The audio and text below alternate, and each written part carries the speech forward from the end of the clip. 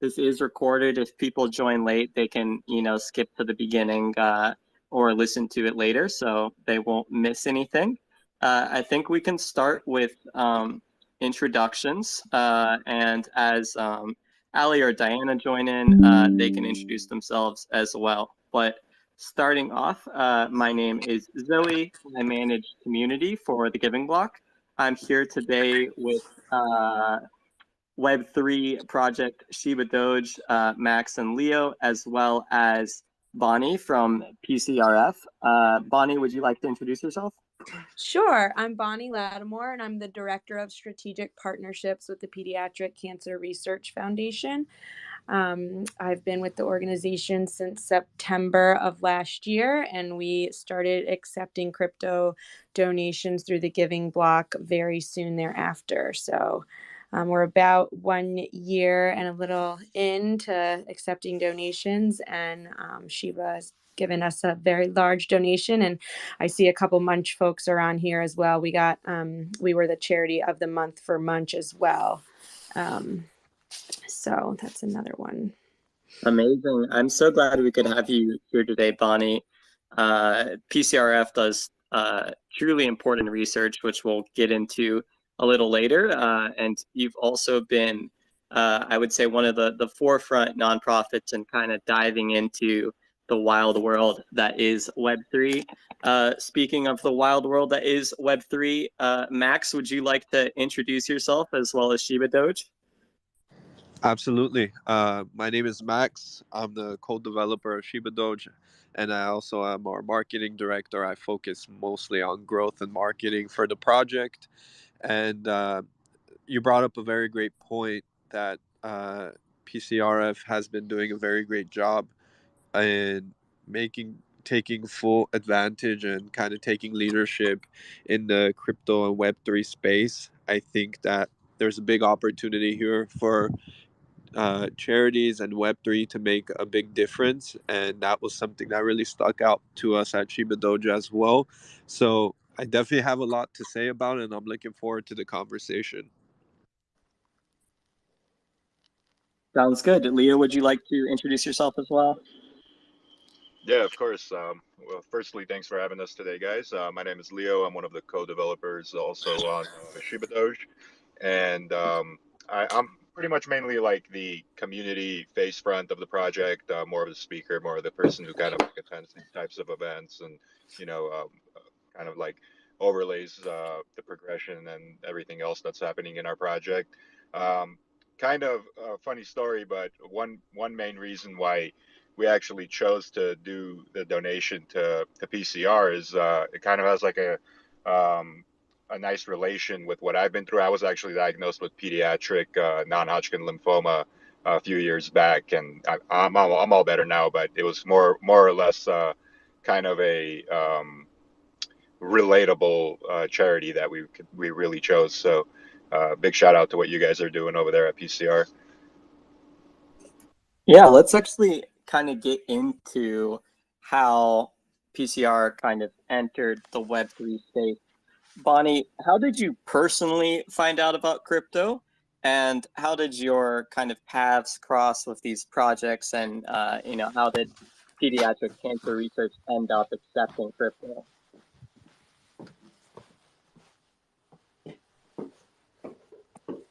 Can you hear us okay, Bonnie?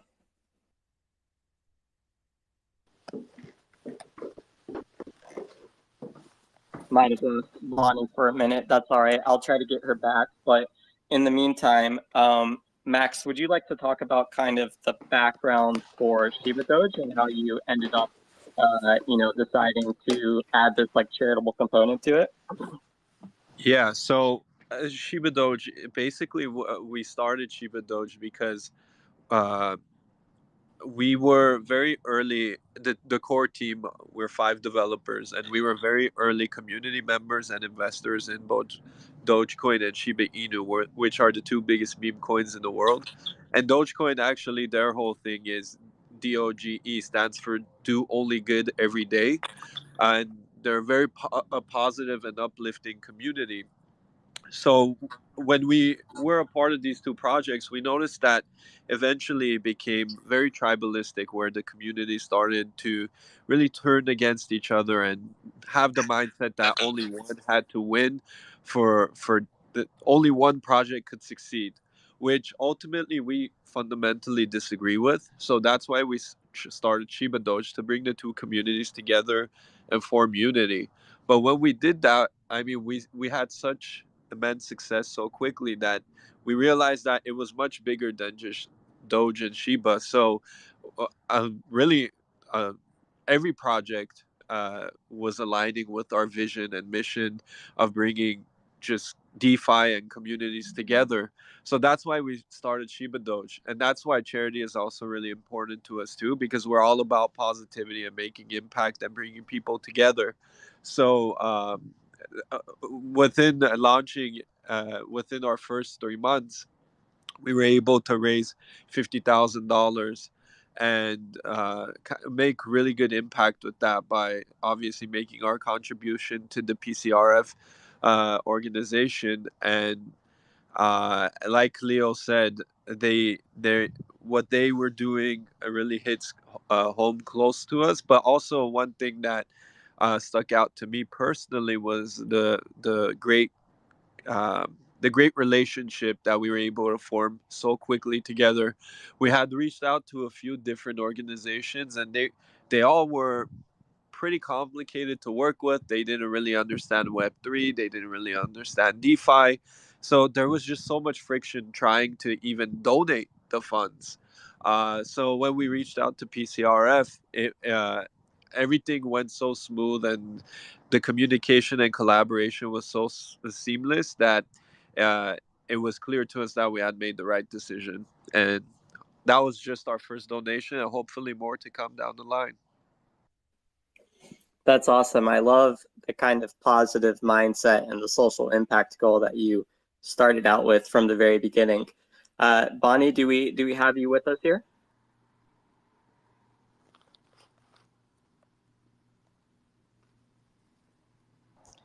Bonnie, if you can hear us, maybe if you left the spaces, if you're not hosting it, uh, if the giving block is hosting Yes. it, you'll be Yeah. able to hop out and hop back in, and that might fix it. Yeah. Okay, yeah, because I Oh, can't there we hear go. Zoe. I can hear We you. can hear you now. I Yeah. can't hear Zoe, so maybe I'll leave and come back because I don't know if she's asking me questions or something. Well, we But can hear you now. Okay. Yeah. Can you still not hear me? Did Zoe ask me a question? Yes. Yeah. Let's try having her Sorry, I leave and don't hear rejoin. her. I'll hop out and I'll hop back in. No worries. It happens for sure. So, Max, how did you like find out about Web3 to begin with? You know, like what was your kind of first moment discovering it? I mean, personally, I got into Web3 in early 2015, and that was around the time where I also joined the Dogecoin community and invested in their project. And that was really my first investment. But ever since then, I was really paying very close attention to just DeFi. And over the last few years, it's become very clear to me that Web3 is going to be much bigger than just tokens and let's say NFTs and coins and things like that. That the technology that is being built can really scale to make a lot of impact in the world. So our team, we've built some pretty successful companies in Web 2 and social media. So seeing the adoption and the trend, we knew that it was something that we had to pay attention to, and we waited for the right opportunity to build and release something in the space. And I think we we we did it with the right thing, which is Shiba Doge. So um, yeah, that's kind of how we ended up here today. That's awesome. All right, Bonnie, can you hear me now? I can. Can you hear me? Amazing. I can hear you I perfectly. am so sorry. Don't apologize for something that's 100% not your fault. Twitter is quite chaotic right now, but as long as we've got you back, we're good to go.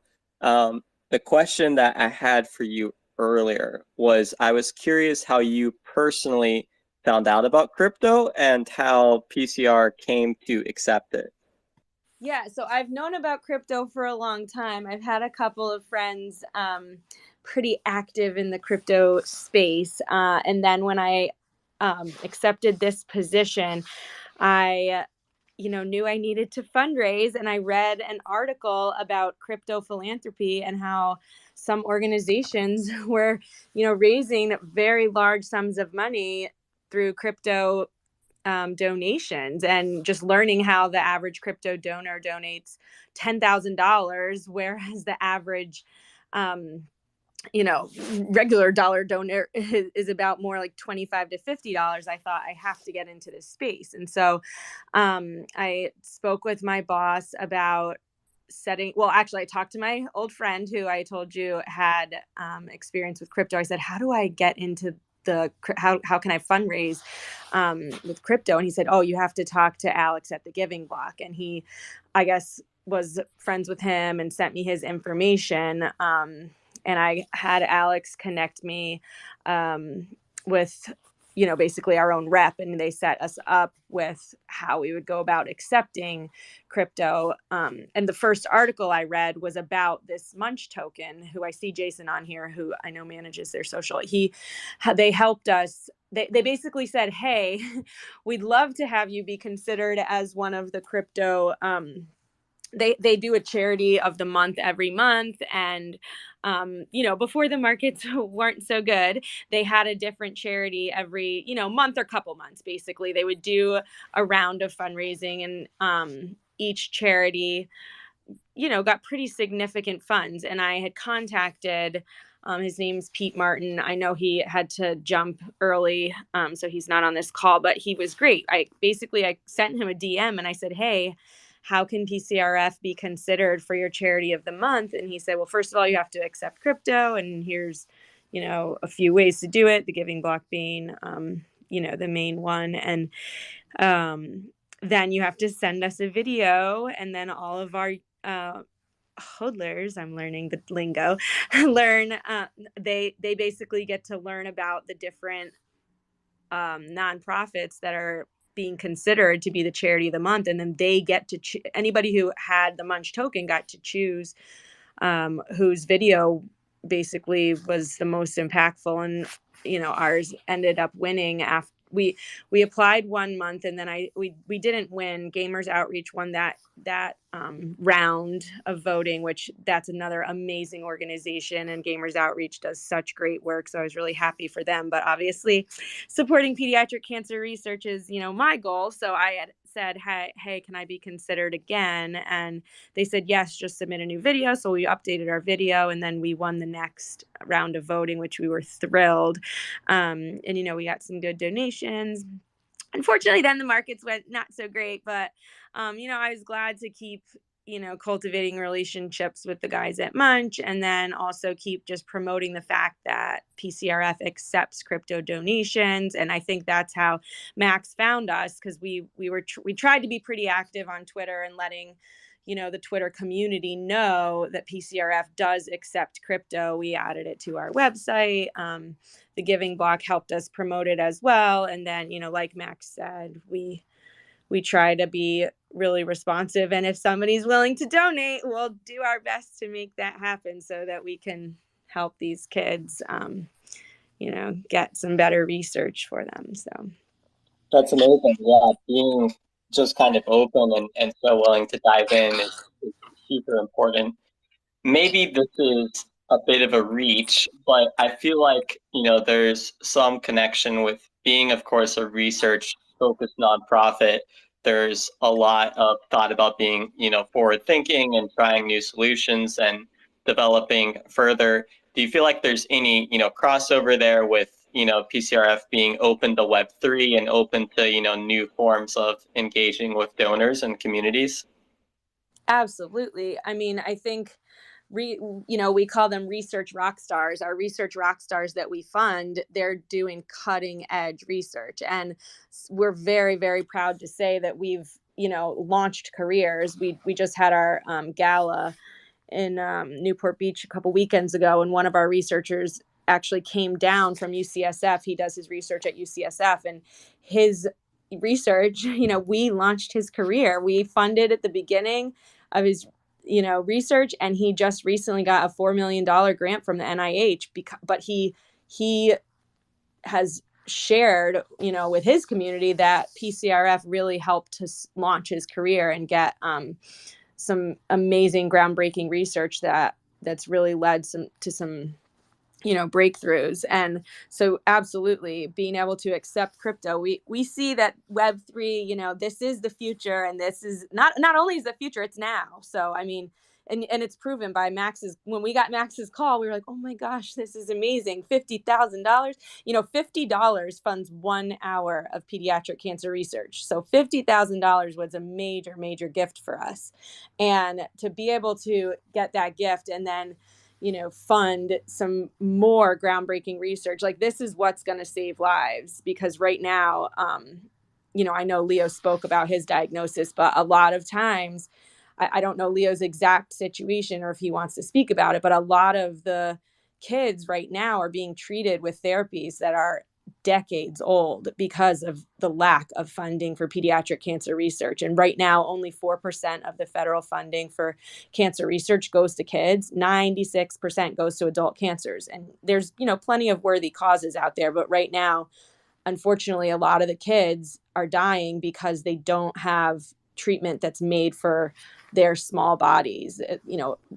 Kids are not just small adults. They have their own physiologies and they need their own treatment. And, a lot of times parents are at the hospital trying to make the decision, do I treat my kid or that with a treatment that's maybe just as likely to kill them as this cancer, or do I give it a shot? And then they have, long term effects because of the treatment that they're given, because it's really meant for adults. We've had kids that are 16 days old getting treatments that are really meant for 50-year-olds. So I don't know if Leo wants to speak on any of that. Yeah. I can definitely vouch for that it's not a fun time getting treated for that type of stuff, especially when there isn't many resources out there.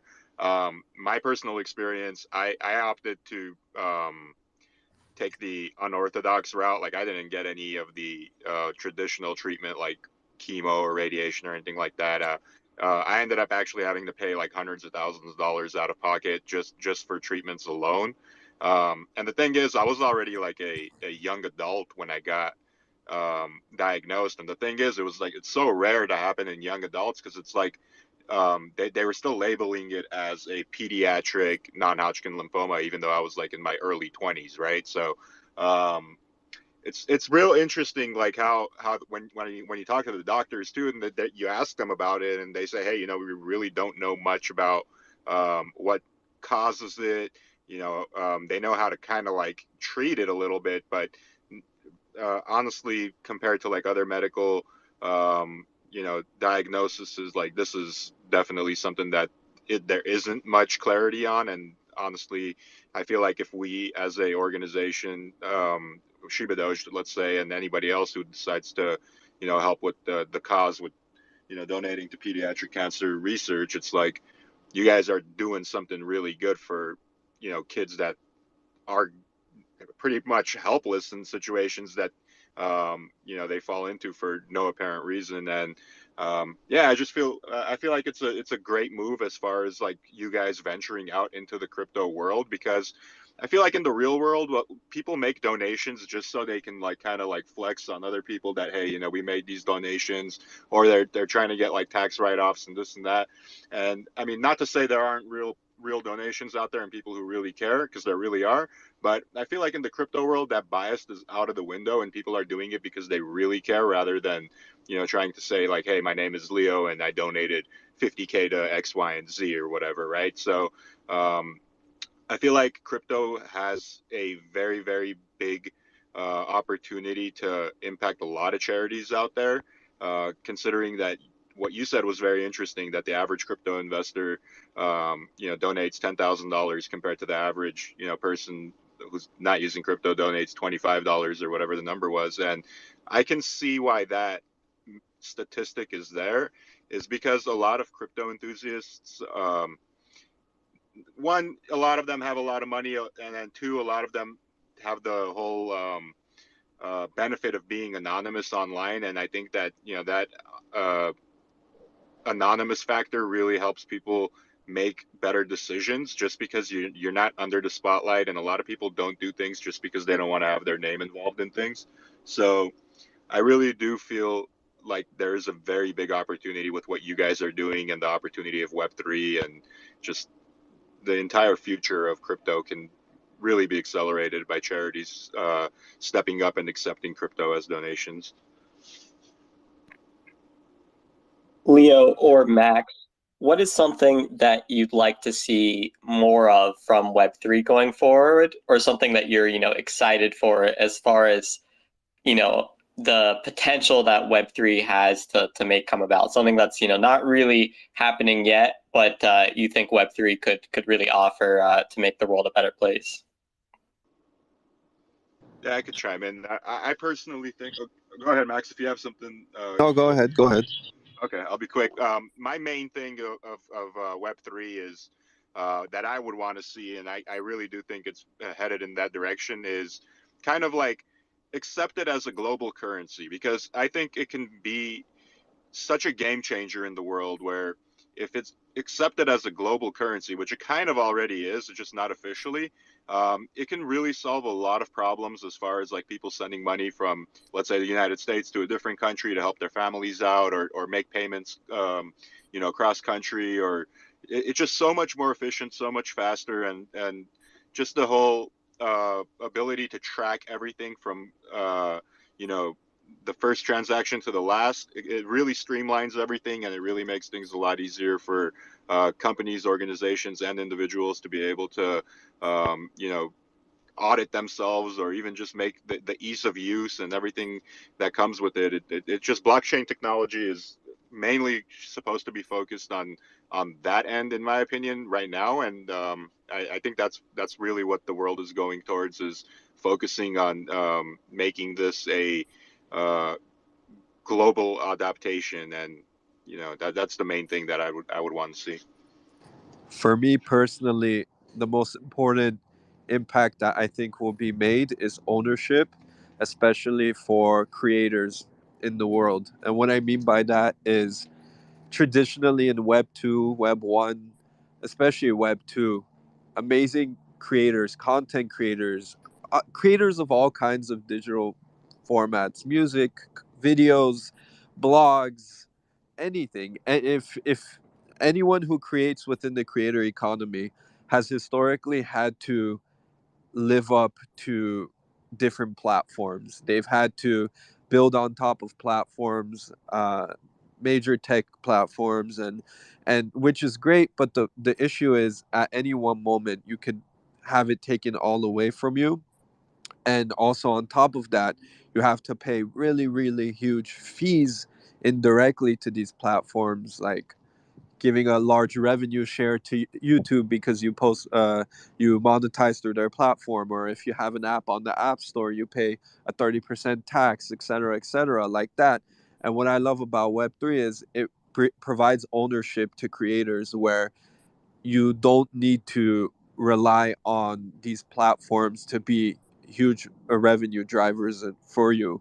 You could build a community within your own ecosystem and really get the full effect and value of your efforts by going directly to your community, rather than having to rely on these platforms to support and fund you. So with creators having more control and ownership, not only does the product get to be better, the content that they create, the products that they create, it gets to be higher quality because they have more ownership and more funding to be able to invest more.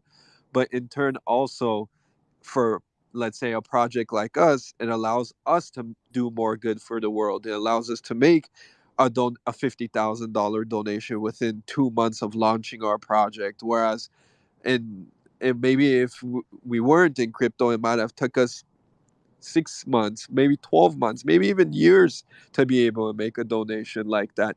So ownership is is definitely the biggest thing for me. I think that as people are able to have more control over the amazing work that they do, they'll be able to make a much bigger impact in the world through their products and content. Both fantastic answers. Bonnie, you've touched on this a little bit already, but I'd love if you could maybe provide an additional, kind of example here of when somebody makes a crypto donation to PCRF, what is kind of the direct impact of that, the day-to-day kind of look into the work that PCRF does and of course supports? Sure. So as I mentioned, we do quantify our impact as $50 funding 1 hour of research, but we have a grant cycle where we fundraise in year 1 and we grant out in year 2. So we're always granting out whatever we make. We have a very low overhead, about a 19% expense ratio. So we like to say we have the majority of our fundraising goes directly to support research. We do have a small scholarship program that is completely funded through one donor, but other than that, and one other event that's a patient services event, everything else is funding the research. So any, like I said, a $50,000 donation can fund an entire research grant. We also have a $100,000 level. We have a couple different levels, but every penny that comes in, we will use it to fund research. So yeah, I think even even if, for those of you guys that are listening that don't have $50,000 to give, Crypto Giving Tuesday is tomorrow. That's why I wanted to schedule this call for today, or this Twitter space, I should say. Even if it's, just a small donation, they all add up. I mean, we do peer-to-peer fundraising events. We do galas, we do golf tournaments, we do half marathons. For those of you that are located in Southern California, like Max, we do have the Reaching for the Cure half marathon event. And if you want to remain anonymous, you can also do it virtually. But it's a half marathon, 10K, 5K, 1K kids run. And so we do all kinds of events to raise money in addition to our crypto fundraising. So yep, we have, like I said, all the grant requests will come in, and unfortunately we still are not at the point where we can fund every single grant, but that's our goal. So if we can, I've been really trying to stay active on Twitter and connect with different crypto donors and NFT artists, and just really trying to get the word out that we are open for business. So, any new donors that come in, whether they're $5 or $50,000, we will make sure it goes to support the kids. So. I'd really like to echo that comment from Bonnie about not being afraid to do a $1 or a $5 crypto donation. Tomorrow we launch bag season with Crypto Giving Tuesday. This is our kind of crypto and Web3 focused giving season. And the concept that we have decided to go with, the theme that we have decided to go with, is this theme of crypto heroes versus, the one bad actor. So trying to kind of show how many amazing, heroes there are out in the crypto space, in the Web3 space. We have plenty of them on this space and listening to this today. So yeah, participating in, this movement that is crypto philanthropy is, as easy as a retweet. It's as easy as, a small donation, or if you have the capability or a major project, a large donation to nonprofits like PCRF. I think we are at the half here, so if we'd like to go ahead and wrap things up, Bonnie, I do have one last question for you, which is the kind of cheesy question that I always ask on these spaces of nonprofits because it always gets amazing answers. And that question is essentially, if you could provide a single message to the crypto world, what would that be? Whew. One single message. I feel like I'm gonna I can go on forever, but just thank you to all of you for showing up today to listen. But I just want to be clear that there's a lot of great nonprofits out there. I just want to speak on behalf of the Pediatric Cancer Research Foundation that we're celebrating our 40th anniversary this year, and we've been doing this for a long time. We are we are proud. We feel that we set ourselves apart because we are able to connect with researchers and from the beginning until the end. Like we don't just fund the grant and leave. We have these researchers end up coming to our galas and meeting our donors.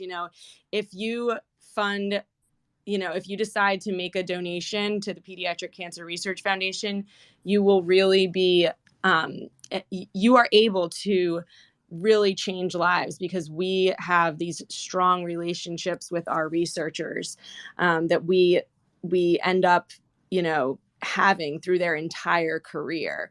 Even if they, go off to the getting $4 million from the NIH, they still come back to PCRF.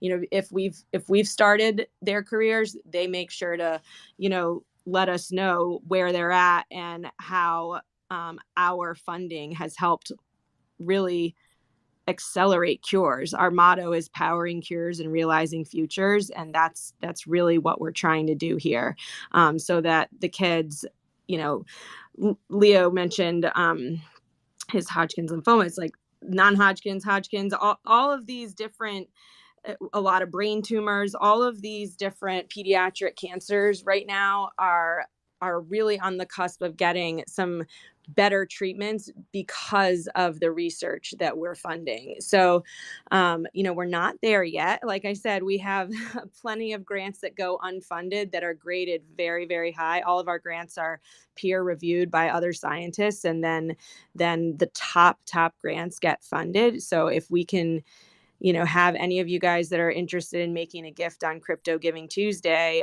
or anytime else throughout the year, we would love to, be considered for your donation. So, I'm just really grateful to Zoe for her willingness to set up this call and host. I had reached out to her earlier saying, hey, how can we be considered? And she said, we'll get you on there.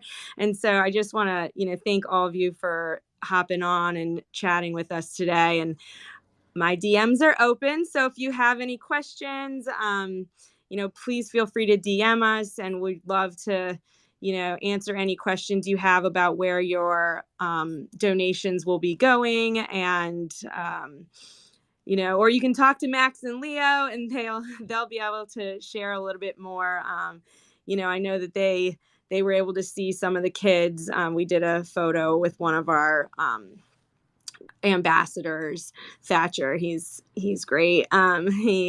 He's one of our biggest we're his biggest supporter. He's our biggest supporter. So I know that we're able to connect you guys if you want to hear anything more about it. But yeah, so make sure to DM me if you have any questions. And thank you so much, Zoe, for hosting this. And thank you so much, Leo and Max and the entire community here, and Jason and everybody for hopping on and listening. And if anybody would like to continue the conversation, send me a DM. Beautiful. Thank you as well, Bonnie, and thank you as well, Leo and Max. This has been a lot of fun. I'm sure tomorrow with Crypto Giving Tuesday is going to be just as much fun. So this has been awesome. I hope you all have a good rest of your evening if you're US based, or I should say Eastern time zone based, and enjoy your crypto giving.